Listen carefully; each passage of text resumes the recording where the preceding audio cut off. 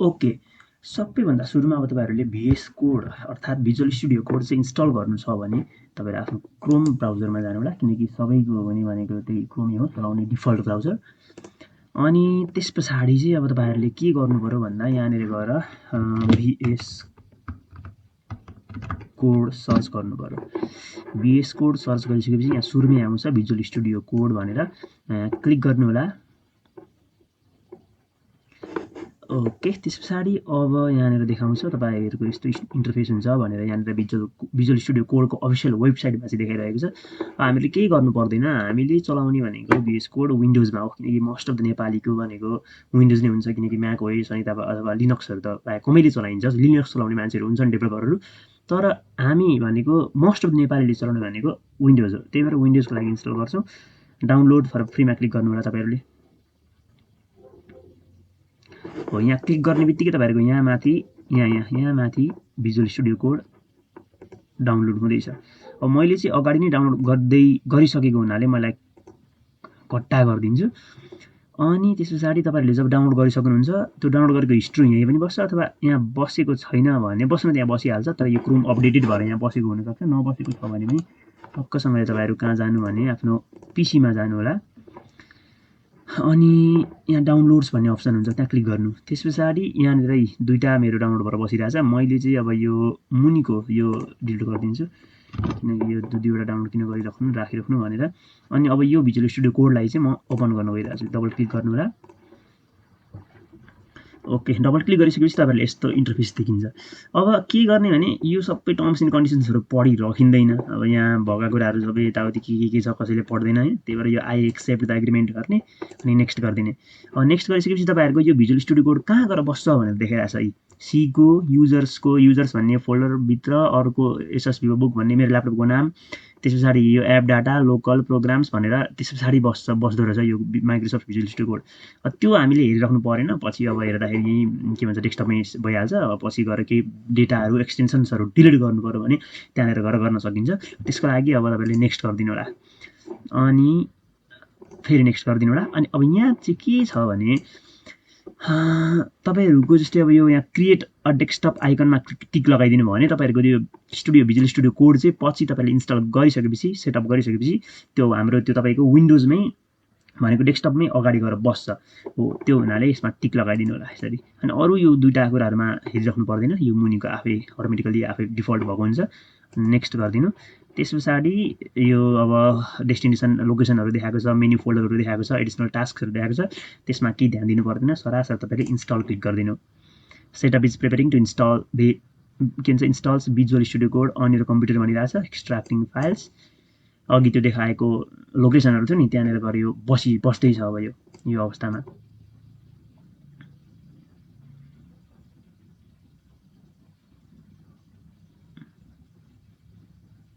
Okay, finally install भइसकेको छ। अब चाहिँ तपाईँहरूले लन्च भिजुअल स्टुडियो कोड भनेर टिक लगाइदिनु होला। त्यस पछाडि फिनिस गरिदिनु होला। अब फिनिस गर्ने बित्तिकै तपाईँहरूको अटोमेटिकल्ली आफै भिजुअल स्टुडियो कोड खुल्छ तपाईँहरूको ल्यापटप अथवा कम्प्युटरमा। यसलाई ओपन गर्नु होला यसरी।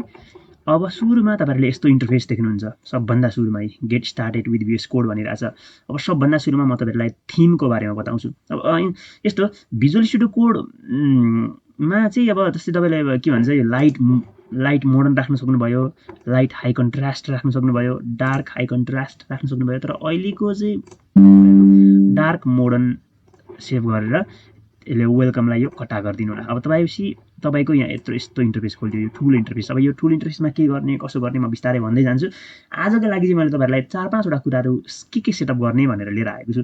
सबभन्दा सुरुमा म तपाईँहरूलाई के गर्न गइरहेको छु भने जस्तै तपाईँले अब यहाँनिर यो चलाउनको लागि सबभन्दा सुरुमा अब मेन एम भनेको भिजुअल स्टुडियो कोड भनेको कोडहरू एडिट गर्नको लागि। जस्तै अब हामीले सीमा कोड लेखिन्छ, पाइथनमा कोड लेखिन्छ, HTML CSS जावा स्क्रिप्ट जेमा पनि कोड लेखिन्छ, त्यो कोडलाई चाहिँ राम्रो तरिकाले एडिट गर्नको लागि भिजुअल स्टुडियो कोड चाहिएको। अब यसको लागि तपाईँले मानौँ जस्तै फाइलमा जानु होला, अनि फाइलमा गएर तपाईँहरू ओपन फोल्डरमा क्लिक गर्नु होला, किनकि तपाईँले एउटा फोल्डर त सेभ गरेर राख्नुभएको हुन्छ नि त आफ्नो कम्प्युटरमा। हो, त्यो फोल्डर ओपन गर्नु होला। मानौँ मैले अब यहाँ कुनै पनि फोल्डर मसँग छैन भने मानौँ यहाँ क्लिक गर्ने, राइट क्लिक गरिदिने, यहाँ खाली ठाउँमा राइट क्लिक गरिसके लेफ्ट क्लिक गर्ने, होइन राइट क्लिक गर्ने। राइट क्लिक गरिसकेपछि यहाँ न्यूमा जानु होला। न्यूमा गइसकेपछि फोल्डर खोल्नु, फोल्डर खोलिसकेपछि सिम्पल यो फोल्डरको नाम लेखिदिनु। के लेखिदिनु भने अब यहाँ सिम्पल VS कोड लेखिदिनु, के छ र अरू कुरा किन लेख्ने। VS कोड भनेपछि सेलेक्ट फोल्डर। यो सेलेक्ट फोल्डर गरिसकेपछि तपाईँको त्यो उता अहिले हामीले बनाएको फोल्डर VS कोडमा खोलियो। अब यहाँ देख्न सक्नुहुन्छ यसरी VS कोड भनेर देखाएको छ। अब यहाँ गएर तपाईँहरूले सुरुमा एउटा फाइल बनाउनको लागि यहाँ क्लिक गर्नुपर्छ। Do you trust the authors of files in this folder भनिरहेको छ। अब यहाँ टिक लगाइदिनु होला तपाईँले, trust the authors of all files in the parent folder SS book. Yes I trust the author. Okay, यो वेलकमलाई कटा। अब तपाईँहरूको यहाँ VS कोड भन्ने एउटा फोल्डर खोल्यो। त्यसमा तपाईँहरू त्यो फोल्डरभित्र त्यो डाइरेक्टरीभित्र एउटा नयाँ फाइल बनाउन चाहनुहुन्छ भने टक्कसँगले फाइलमा क्लिक गर्नु। अब फाइलको नाम लेखिदिनु एउटा कुनै। मानौँ म आज HTML को बारेमा थोरै इन्ट्रो दिनु भइरहेको छु, त्यही भएर मैले index.html भनेर बनाइदिएँ। अब यहाँ एउटा बोइलर प्लेट भन्ने हुन्छ क्या। मानौँ तपाईँहरूले यस्तै HTML लेख्दाखेरि डक टाइप भनेर के लेख्नुहुन्छ नि मिलाएर, अब त्यो तपाईँहरूले लेखिराख्नै पर्दैन क्या। एक्सक्लामेसन मार्क लगाउने, सिफ्ट र 1 थिचेर अनि इन्टर गरिदिनु भयो भने नयाँ एउटा बोइलर प्लेट आफै अन हुन्छ क्या। आफै डिफल्ट यहाँनिर यो त्यो सिफ्ट अनि त्यहाँबाट 1 क्लिक गर्ने बित्तिकै चाहिँ एउटा यो हाम्रो छ नि यो एक्सक्लामेसन मार्कले चाहिँ नयाँ एउटा बोइलर प्लेट आफै जेनेरेट गरिदिन्छ। हो, अब यहाँसम्म ठिक छ। आज यहाँदेखि हामी केही पनि गर्दैनौँ। मेन कुरा भनेको अर्को हामी के गर्छौँ र भन्दा आज एउटा एक्सटेन्सन्स भन्ने कुरामा थोरै अघि बढ्छौँ।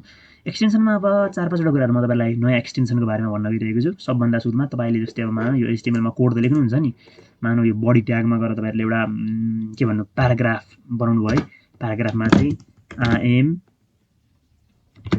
आई एम अ डेभलपर भनेर लेख्नुभयो अरे। अब यो तपाईँले आई एम अ डेभलपर भनेर लेख्न त लेख्नुभयो। अब तपाईँले यसलाई लेखेको कुरालाई ब्राउजरमा कसरी देखाउने भन्ने कुरा चाहिँ तपाईँहरूलाई यहाँ भएको यो लाइभ एक्सटेन्सन भन्ने एउटा हुन्छ, लाइभ सर्भर भन्ने, त्यो चाहिँ एक्सटेन्सनमा गएर क्लिक गर्नु होला। अब यहाँ लाइभ सर्भरमा गएर क्लिक गर्नु, त्यसबाट इन्स्टलमा गएर क्लिक गर्नु। यो यहाँ इन्स्टल हुन्छ, इन्स्टल हुँदैछ, एकछिन पर्खिनु होला केही बेर। तपाईँको डाटा मतलब अब इन्टरनेट कतिको स्पिड छ त्यो अनुसार डाउन हुने हो। मेरोमा इन्स्टल भइरहेछ। यतिन्जेलसम्म तपाईँहरूले यहाँ क्लिक गरेर अरू कुराहरू हेर्दा पनि हुन्छ। यहाँ इन्स्टलिङ भइरहेछ, इन्स्टलिङ भइसकेपछि इन्स्टल देखाउँछ अनि डिसेबलको इनेबलको अप्सन देखाउँछ। अब यहाँ जाँदै गर्नु होला तपाईँहरू अहिले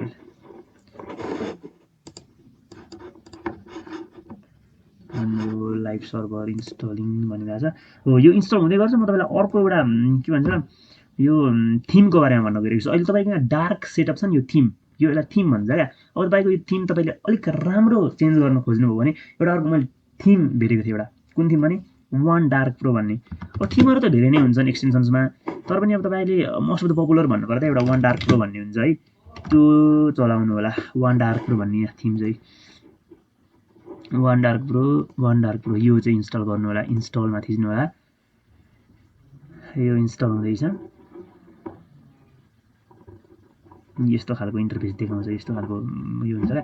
अहिले हाम्रो पकाउनु ल, अहिले हाम्रो यहाँ यस्तो छ नि। अब यो यस्तो अर्कै खालको थियो नि। अब यो क्लिक गर्ने बित्तिकै यस्तो आयो क्या, अलिक डार्कर टाइपको आयो क्या थिम, अलिक राम्रो खालको डार्क पनि थिम। यसो गर्दाखेरि राम्रो भयो क्या। अब तपाईँहरूको थिम अलिक अर्कै थियो, अहिले अलिक अर्कै खालको भयो। यसो गरेपछि यो वान डार्क प्रो भन्ने थिमलाई युज गर्नु होला। त्यो आफै तपाईँले केही गर्नै पर्दैन, इन्स्टल गरिसक्ने बित्तिकै आफै अटोमेटिकली युज हुन्छ। अब मैले यहाँ लाइभ सर्भर अघि इन्स्टल गरेको थिएँ। ओके, म लाइभ सर्भर हेर्दैछु। म फेरि लाइभ सर्भर मेरोमा इन्स्टल भइसक्यो। अब यहाँ डिसेबल र अनइन्स्टलको अप्सन देखाइसक्यो।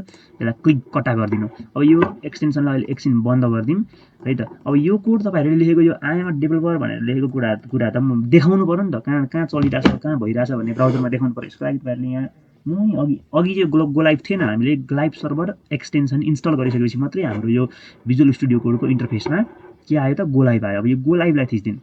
गो लाइभमा थिच्ने बित्तिकै तपाईँको यो कोड एडिटरमा लेखेको कोड चाहिँ उता ब्राउजरमा हुनुहुन्छ कि डाइरेक्टली आफैसरी हुन्छ। तपाईँले लेख्नुभएको आई एम अ डेभलपर ठक्क देखायो। अब तपाईँ फेरि त्यही अघि जुन इन्टरफेस हुनुहुन्थ्यो त्यही इन्टरफेसमा जानु पऱ्यो भने अल ट्याब थिच्दिनु होला, त्यो इन्टरफेसमा गइहाल्नुहुन्छ। अथवा तपाईँले डाइरेक्ट यहाँ GUI इन्टरफेस माउस युज गरेर पनि गर्न सक्नुहुन्छ। आजको लागि यति नै। म फेरि अर्को भिडियो लिएर आउने नै छु HTML को बारेमा अथवा VS कोडको बारेमा अझै फर्दर, किनकि यो त हामीले थोरै मात्र गऱ्यौँ। अब अझै फर्दर केही कुराहरू यहाँ गर्नु नै छ, हामीले धेरै कुराहरू सेटअप गर्नु छ। जस्तै अब तपाईँको मानौँ यो अहिले तपाईँको फाइल छ नि, यो यस्तो फाइलहरूको आइकन कसरी चेन्ज गर्ने, कसरी राम्रो बनाउने भन्ने कुराहरू म तपाईँहरूलाई सेटअप गराउन सिकाउँछु भोलि। आजको लागि यति नै।